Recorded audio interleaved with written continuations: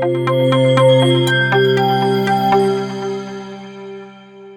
ऐसे दौर में जबकि भारत की दलीय व्यवस्था में नेता और पार्टी कार्यकर्ता और क्षेत्रीय पदाधिकारी के बीच दूरी बढ़ रही है, प्रशिक्षण का कार्यक्रम यदा कदा होता है। संवाद जिंदाबाद मुर्दाबाद के आगे बढ़ नहीं पाता। कर्पूरी बहुत याद आते हैं। बहुत कम नेता अपनी प्रकृति में लोकतांत्रिक रह गए हैं, जो बराबरी के सखा भाव से कार्यकर्ताओं और जनसाधारण से पेश आए, जैसा जननायक किया करते थे। पिछड़ों दबे कुचलों के उन्नायक बिहार के शिक्षा मंत्री, एक बार उप मुख्यमंत्री और 2 बार मुख्यमंत्री रहे। जी हाँ, जननायक कर्पूरी ठाकुर का जन्म बिहार के समस्तीपुर के पितौंजिया गांव, जिसे अब कर्पूरी ग्राम कहा जाता है, वहां हुआ था। आजादी की लड़ाई में वो 26 महीने जेल में रहे। फिर आपातकाल के दौरान रामविलास पासवान और राम जीवन सिंह के साथ नेपाल में रहे। आजादी से पहले 2 बार और आजाद भारत में 18 बार वो जेल गए। 1952 में बिहार विधानसभा के सदस्य बने। शोषितों को चेतनाशील बनाने के लिए वो अक्सर अपने भाषण में कहते थे, उठ जाग मुसाफिर भोर बई, अब रैन कहाँ जो सोवत। बिहार में 1978 में हाशिए पर धकेल दिए गए वर्ग के लिए सरकारी रोजगार में 26% आरक्षण लागू करने पर उन्हें क्या क्या न कहा गया। माँ बहन बेटी बहू को भद्दी गालियों से नवाजा गया। अभिजात वर्ग के लोग उन पर तंज कसते हुए ये भी बोलते थे, कर कर्पूरी कर पूरा, छोड़ गद्दी धर उस्तूरा। ये आरक्षण कहाँ से आई, कर्पूरिया की माई भी आई।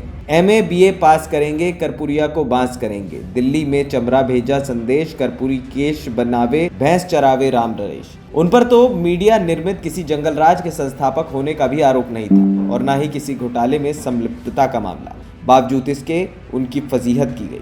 इसका समाज शास्त्रीय विश्लेषण तो होना चाहिए। आखिर कहाँ से नफरत और वैमनस्य आता है? आज़ादी के 76 साल बीत जाने और संविधान लागू होने के 74 बरस के बाद भी मानसिकता में अगर तब्दीली नहीं आई तो इस पाखंड से भरे खंड खंड समाज के मुल्क को अखंड कह के गर्वोन्मत्त होने का कोई मतलब नहीं। प्रजा सोशलिस्ट पार्टी की पृष्ठभूमि से आए कर्पूरी ठाकुर अपने दौर के प्रैक्टिकल पॉलिटिशियन भी कहे गए।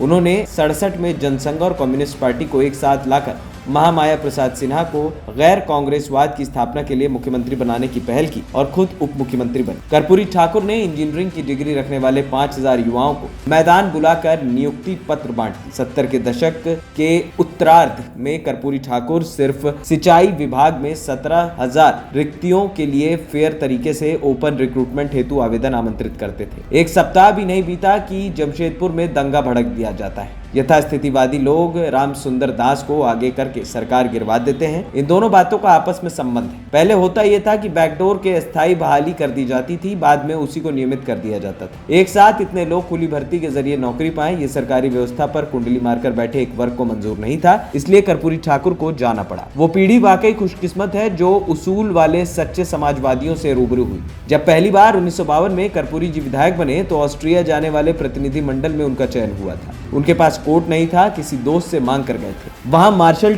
टीटो ने देखा कि कर्पूरी जी का कोट फटा है तो उन्हें नया कोट गिफ्ट किया गया। आज तो लोग दिन में 10 बार पोशाक बदलते हैं। कर्पूरी जी के अंदर कभी संचय संग्रह की प्रवृत्ति नहीं रही, पर हमारी नस्ल लेसर एविल को चुनने को मजबूर। एक और उदाहरण है, 1974 में कर्पूरी ठाकुर के छोटे बेटे का मेडिकल की पढ़ाई के लिए चयन हुआ। वो बाद में बीमार पड़ गए। दिल्ली में राम मनोहर लोहिया अस्पताल में भर्ती थे। हार्ट की सर्जरी होनी थी। इंदिरा गांधी को जैसे ही पता चला, एक राज्यसभा सांसद को वहां भेजा और उन्हें एम्स में भर्ती कराया। खुद भी 2 बार मिलने गए। इलाज के लिए अमेरिका भेजने की पेशकश की, सरकारी खर्चे पर। कर्पूरी ठाकुर को पता चला तो उन्होंने कहा कि वो मर जाएंगे पर बेटे का इलाज सरकारी खर्च पर नहीं कराएंगे। बाद में जेपी ने कुछ व्यवस्था कर न्यूजीलैंड भेजकर उनके बेटे का इलाज कराया।